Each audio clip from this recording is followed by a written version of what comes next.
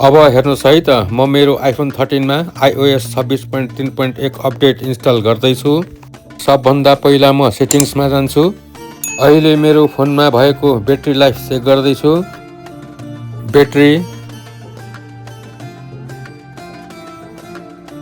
Battery health and charging.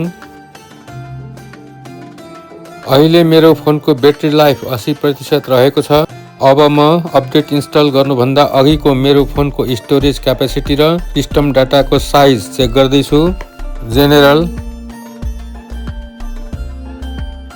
About. यो मेरो iPhone 13 मा अहिलेसम्म 18.6.2 भर्सन रहेको छ। अहिलेको मेरो फोनको स्टोरेज क्यापेसिटी 22.12 GB रहेको छ। आइफोन स्टोरेज,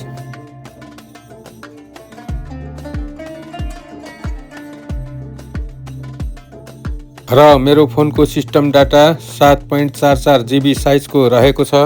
अब म मेरो फोनमा आएको iOS 26.3.1 version software update install गर्न गइरहेको छु। General, software update.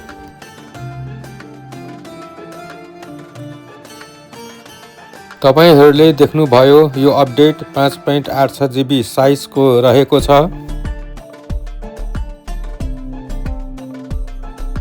Update now.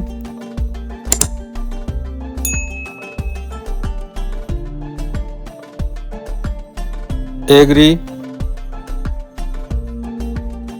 फेरि एग्री। अपडेट रिक्वेस्टेड भइसकेको छ।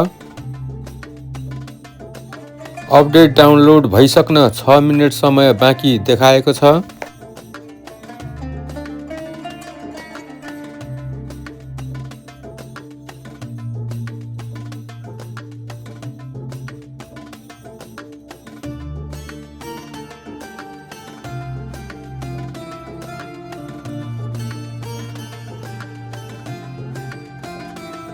पुरा भिडियो चाहिँ च्यानल आइकनको मुनि रहेको प्ले बटनमा क्लिक गरेर हेर्नुहोला है।